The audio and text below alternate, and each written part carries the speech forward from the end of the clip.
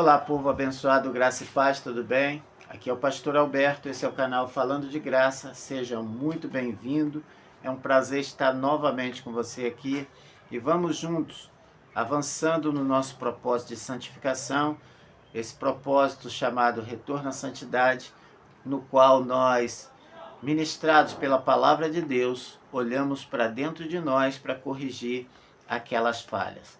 Não são as grandes pedras que derrubam uma pessoa, são as pequenas, aquelas que não vemos e tropeçamos. E é isso que Deus está fazendo conosco. Ele está nos mostrando pequenos detalhes que às vezes fazem parte do nosso comportamento, que precisamos mudar e que nos impedem, enquanto praticamos eles, de termos um contato, uma intimidade, uma comunhão maior com Deus. O nosso objetivo é esse: avançar, crescer na graça e no conhecimento do Senhor.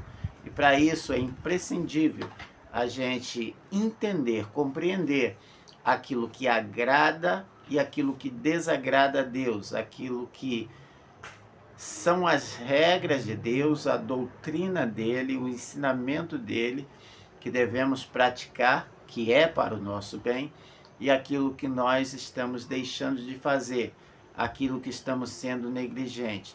Então Deus tem trabalhado conosco nesses dias, hoje é o 26º dia, então a cada dia, para aqueles que estão de coração fazendo essa jornada, tem sido uma experiência nova. Eu tenho certeza que a cada dia Deus tem mostrado algo novo, algo que talvez você ainda não tenha ouvido, porque é isso que Deus colocou no meu coração quando colocou esse desejo de fazer esse propósito com vocês.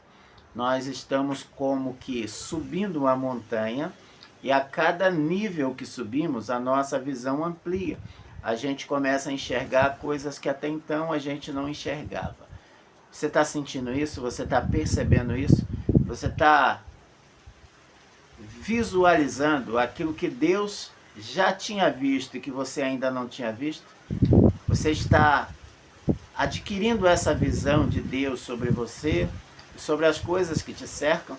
Se você está vivendo isso, glória a Deus, você está sendo limpo pela palavra.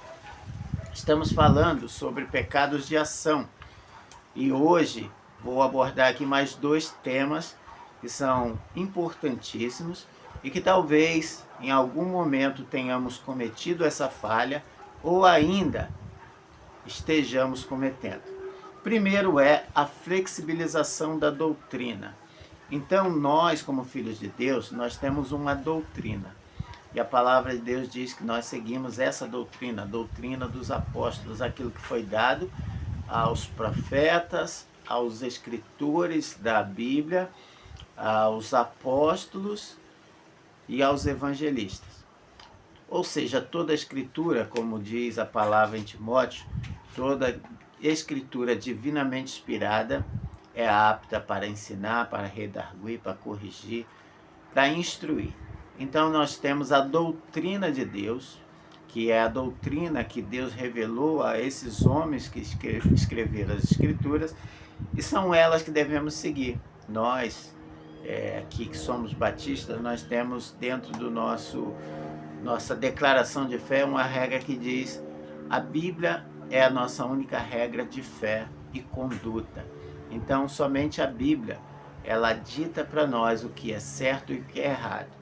Mas vivemos um tempo, irmãos, em que a sociedade está se corrompendo, mudando, e alguns conceitos que eram absolutos, conceitos bíblicos, agora estão sendo flexibilizados para atender essa demanda da sociedade e para alcançar talvez alguns objetivos. Você já ouviu dizer que vale tudo para alcançar o perdido? Eu já ouvi. Infelizmente, tem pessoas que acham que vale qualquer coisa para se alcançar os perdidos. Outra coisa bem atual é sobre um pastor que disse que a Bíblia precisava ser atualizada, ou seja, contextualizada para o nosso tempo. Será que Jesus contextualizaria a vontade de Deus para atender a demanda ou para ficar bem com a sociedade? São questões que precisamos pensar. Por quê? Porque no afã de atender essa demanda da sociedade, para estar de bem com a sociedade, para não termos problemas nem críticas, muitas das vezes se abrem concessões. E as concessões, elas são, primeiro, caminho para uma destruição total. É como se você estivesse abrindo uma porta para o ladrão entrar. E muitas igrejas têm perdido o poder e a autoridade espiritual por causa dessa flexibilização.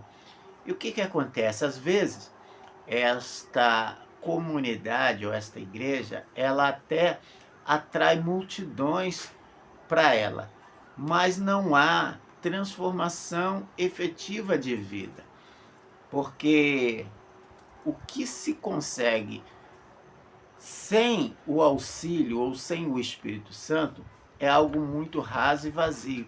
Então a gente vê hoje um grande número de pessoas decepcionadas com o Evangelho, porque por conta, talvez, dessa flexibilização. Então, a doutrina do Senhor, ela precisa... os valores absolutos de Deus não podem ser mudados.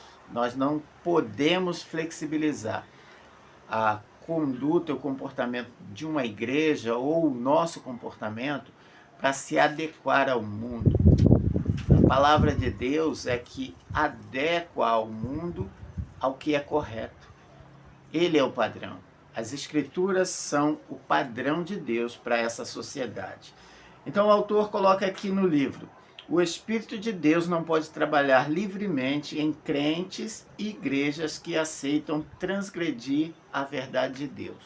Uma outra frase muito dita é: isso não tem nada a ver. Não tem nada a ver. E por conta desse não tem nada a ver, a gente vê cada absurdo acontecendo no meio cristão que a gente fica sem saber. Será que Deus está ali? Ou será que Deus não está? Eu já vi casos, testemunhos, já li livros em que autores contam sobre pessoas que saem da igreja e vão para a balada. Saem da igreja, vão para o motel. Sai da igreja e vai fazer qualquer tipo de coisa. Ou sai de uma balada e vai para a igreja, misturando o santo e o profano. Isso não deve acontecer. Santo não se mistura com o profano, é incompatível. Ou temos uma igreja ou um cristão que é totalmente dominado por Deus, ou temos uma igreja ou um cristão que, na verdade, tem muito pouco de Deus. Nas Escrituras, Deus mostra claramente os padrões do que é certo e do que é errado. Ou seja, quer saber o que é certo e errado? Vá à Bíblia. Pergunte a Deus, consulte ao Espírito Santo, vai orar. Comprometer a verdade de Deus significa colocar as opiniões dos homens acima da de Deus, como se o homem pudesse fazer alguma coisa mais perfeita do que Deus. Não tem a menor chance. Na essência, a transigência é uma outra forma de idolatria espiritual, ou seja, essa flexibilização. Especialmente nos próximos tempos, virá um tempo que vai ser pior. Os crentes vão ser severamente testados por uma sociedade ainda mais perversa. A previsão é de que surjam leis em que a igreja será colocada à prova e teremos que optar ou aceitar o que a sociedade determina para nós ou impor aquilo que cremos como uma regra para nós, ao ponto até mesmo de sofrermos as consequências. Você está preparado para esse tempo? Você está preparado para defender a verdade de Deus, não importe o que custe? Você racionaliza, se desculpa por rejeitar padrões bíblicos? Quando está sob pressão, você deixa de lado as Escrituras e vai com a turma? São questões que devemos refletir. Se Deus está mostrando-lhe algum pecado desse tipo, por favor, não se explique ou desculpe, mas confesse seu pecado e creia no poder de Deus para ficar firme e forte. Ou seja, o revestimento de Deus só vem a partir da nossa santidade, a partir da nossa santificação. Frequentemente nós racionalizamos e trabalhamos para nos convencer de que alguma coisa é aceita por Deus, porém, se não temos paz lá no fundo do coração, nós sabemos que não é.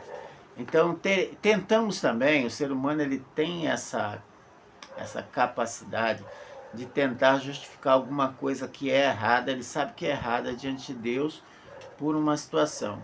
Uma questão que eu já ouvi por aqui é com relação ao furto de energia elétrica. E a gente ouve alguém dizer, falar, Deus sabe que eu não posso pagar. Será que isso é uma boa desculpa para justificar um erro, um pecado, um crime? Porque isso também é um crime. Então, às vezes nós fazemos tantas coisas erradas e tentamos de alguma forma justificar aquele ato, aquela ação que fizemos, só que Deus ele não aceita nenhuma desculpa, ele espera que tenhamos fé, que confiemos nele, de que ele nos dará os recursos, as condições, e se algo não está ao nosso alcance, nós devemos esperar até que haja a possibilidade de desfrutarmos daquilo. Então, nós somos chamados a viver na correção, na justiça, no que é certo. E o que é certo está escrito, revelado na palavra de Deus. E se fizermos o que é certo, Deus irá nos abençoar. Segunda categoria de pecados nessa área, ou segundo tipo de pecado nessa categoria de pecados, que são os pecados de ação, é a dúvida. É a dúvida. A dúvida como falta de fé. Tá? Em Romanos 14, 23, Paulo abordando aqui sobre comer carne sacrificada, ele diz, mas aquele que tem dúvida é condenado se comer, porque não come com fé, e tudo que não provém da fé é pecado. Em Tiago também, ele escreve que aquele que duvida é como a onda do mar levada de um lado para o outro, não esperando tal pessoa que alcance do Senhor alguma coisa. Então a dúvida, ou pôr o que Deus diz em dúvida, é um pecado, eu acho que é uma ofensa, eu penso. Porque vamos imaginar você diga algo para alguém e dê as garantias de que aquilo que você está falando é uma verdade e que você vai cumprir aquilo que você falou. Imagina uma pessoa que ouviu você prometer aquilo, você falar aquilo, ela chegar diante de você e falar, eu não acredito que você vai fazer isso. Como você se sentiria? Certamente você se sentiria ofendido. E é assim que talvez eu penso que Deus se sinta. Tá? Se sinta. Então, eu vejo muitas pessoas fazendo muitas perguntas, principalmente nas redes sociais, perguntando a pastores e a líderes, como se eles estivessem esperando que os seus líderes dessem a eles uma palavra, uma sentença, uma direção, que assumissem a responsabilidade pelos seus atos. Então alguém chega para você e pergunta, pastor, sexo antes do casamento é pecado? Ele espera que o pastor ou o líder diga para ele, é pecado ou não é pecado. Mas a palavra de Deus, ou Deus, não trabalha desse jeito. O que Deus tem para revelar está nas Escrituras. Então, quando alguém me perguntar alguma coisa dessa, eu preciso citar ele. Onde está Deus falando sobre essa questão? Então, eu mostro a ele as Escrituras. E eu falo assim, agora, ore a Deus e peça que Deus confirme no teu coração se é pecado ou se não é pecado. Então, dificilmente eu vou chegar para alguém que me pergunte dessa maneira e diga para ele, faça isso ou deixe de fazer, porque ele está querendo jogar no meu colo a responsabilidade por fazer ou deixar de fazer. E é o que Paulo está dizendo aqui. Ele está dizendo aquilo que é feito com dúvida e não é por fé, é pecado. Então, Deus, Ele quer nos dar direções, Ele quer nos dar certeza, Ele quer nos dar uma confiança que vão fortalecer a nossa fé. Se você come, no caso aqui, né, como foi dito, uma carne que foi sacrificada a ídolo, ou que você tenha dúvida que foi sacrificada a ídolo, aquilo é alguma coisa? É o que Paulo fala, o ídolo é alguma coisa? Não. Mas se você tem medo de que ao comer aquilo ali, isso te faça mal, então não coma. Por quê? Porque se você comer na dúvida, certamente vai te fazer mal. Porque a tua fé, ela não está no que Deus diz, ou que Deus revelou, mas a tua fé está no mal que pode acontecer a partir daquele ato que você praticar. Então, questões, né, como essa, que podem violar a consciência, ou não assumir uma responsabilidade por seus atos, tentar jogar para líderes, para pastores, para quem quer que seja, não é uma boa dica. Nós não devemos fazer isso. Nós devemos buscar nas Escrituras, pedir ao Espírito Santo que nos ilumine, que nos faça entender, compreender. Os líderes, eles não são pessoas que vão determinar o que se pode e o que não se pode fazer. Os líderes são colocados por Deus para ajudar, auxiliar, dar direção às pessoas, mas as decisões sempre serão elas que deverão tomar. E as decisões tomadas devem ser por fé, não por dúvida, tá? O autor coloca aqui, de acordo com as Escrituras, se você fizer qualquer coisa sem a firme convicção de que é da vontade de Deus, está cometendo pecado. Uma outra maneira de dizer isto é, se você está envolvido em ou com alguma coisa e não sente paz, pode crer que é pecado, porque a paz é um sinal de Deus, de que Deus aprova aquilo que está sendo feito. De fato, uma grande frase do avivamento galês era: irmão ou irmã, há alguma controvérsia entre você e Deus? Deus não fala nas entrelinhas, Deus fala de forma clara. A nossa mente é que obscurece a clareza de Deus. Vamos lá. Aí o autor coloca aqui, quando você resiste ao Espírito de Deus, porque é o Espírito que nos ensina todas as coisas, você entroniza a sua carne e começa a operar em sua própria força humana, ao invés de no poder sobrenatural de Cristo. É precisamente por isso que muitos crentes estão espiritualmente cansados e com falta de alegria. Não importa o quanto você tente, você simplesmente não pode viver uma vida cristã vitoriosa no poder da carne. Então a dúvida é um poder da carne. A fé é um poder do Espírito. Quando você vive com dúvidas, você vive pelo poder da tua carne.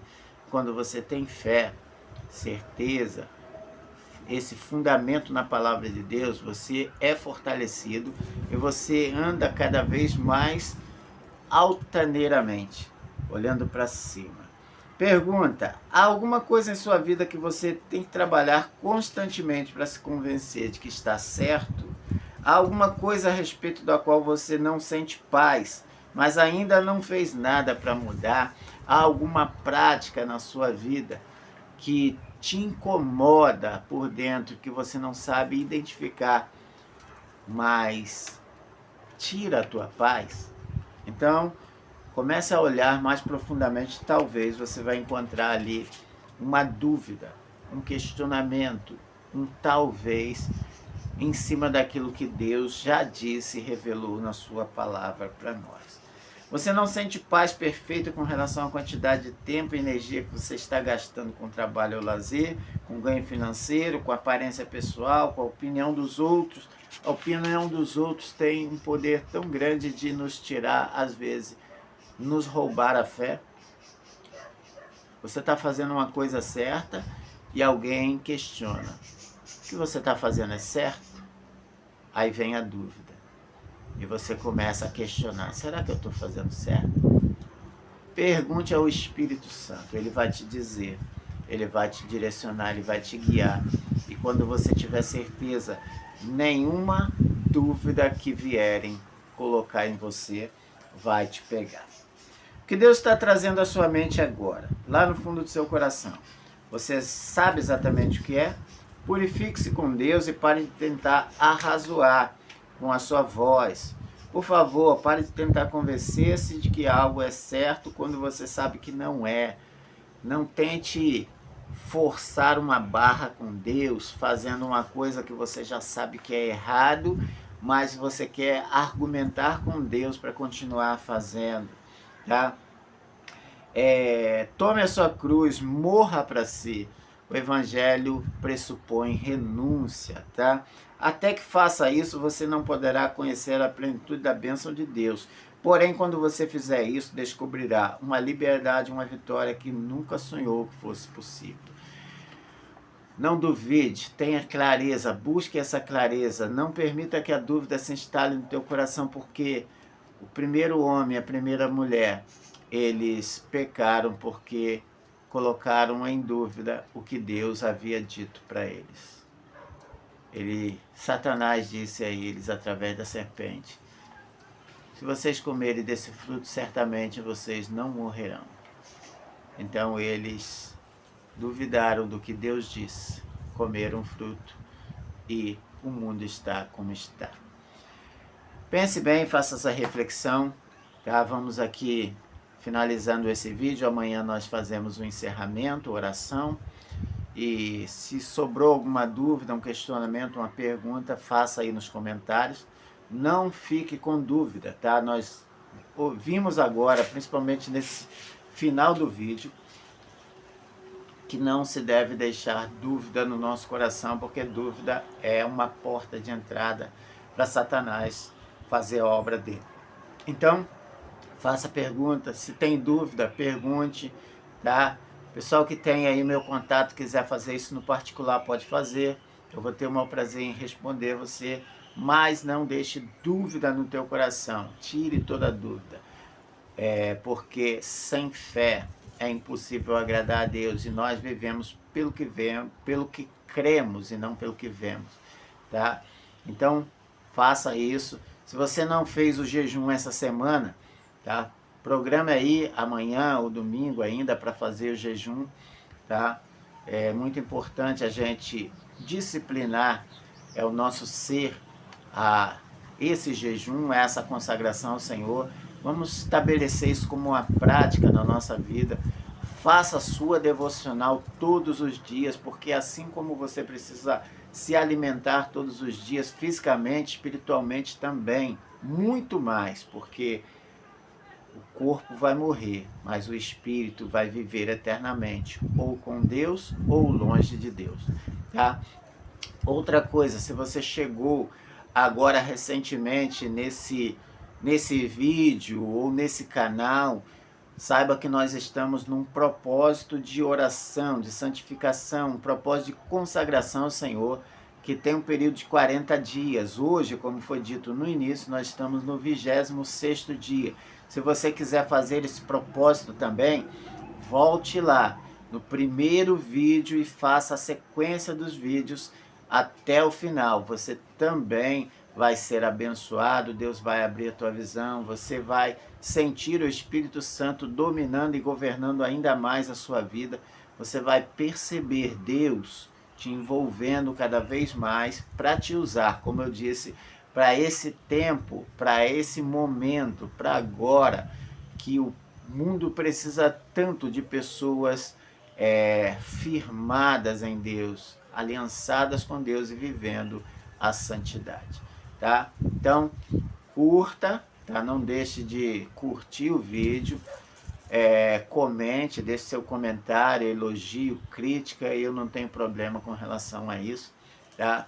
E compartilhe com mais pessoas, convide pessoas para crescer esse canal, para conhecer o canal, para se inscrever. Se você que está acompanhando os vídeos aí não é inscrito, faça isso, você vai ajudar esse canal ser reconhecido no YouTube e mostrar esse vídeo para mais pessoas. Essa mensagem te abençoou? Você gostaria que essa mensagem abençoasse outras pessoas? Então faça isso quando você curte, comenta, compartilha, quando você se inscreve, você está ajudando essa mensagem a chegar a mais pessoas. Vamos orar? Tem algum motivo de oração? Vou fazer essa pergunta hoje, eu acho que até hoje eu ainda não fiz. Você quer deixar um pedido de oração para que não somente eu, mas os irmãos que estão aqui acompanhando os vídeos, eles também orem por você? Deixe seu pedido de oração aí. Com certeza nós vamos estar intercedendo também para que Deus visite você e resolva esse problema. Vamos orar. Pai querido e amado, mais uma vez nós te louvamos, te agradecemos, engrandecemos o seu nome, nos alegramos, Senhor, de mais uma vez falar contigo pela oração. Obrigado, Senhor, porque o Senhor nos ouve, o Senhor nos atende, o Senhor nos recebe. Obrigado, Senhor, porque o Senhor nos chamou, nos amou, nos sarou, nos redimiu, nos salvou, escreveu o nosso nome no livro da vida.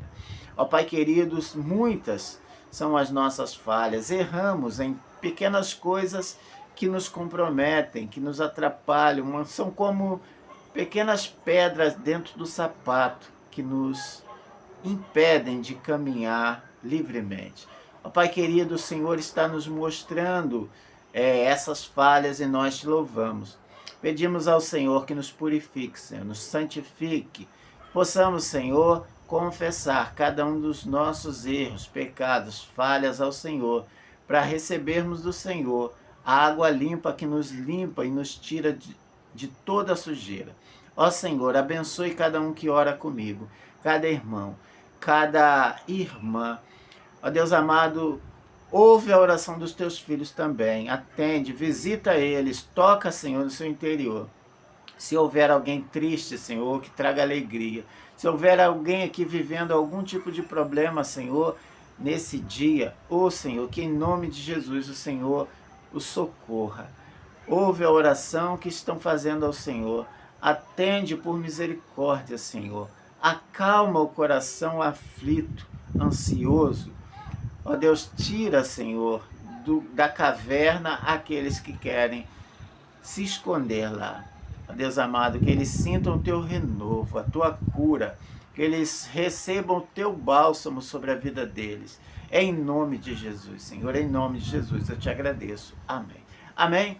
Que em nome de Jesus você receba uma visitação do Senhor, que o Espírito Santo mude o quadro triste da sua vida, que haja um derramar de alegria sobre a sua casa e sobre a sua vida.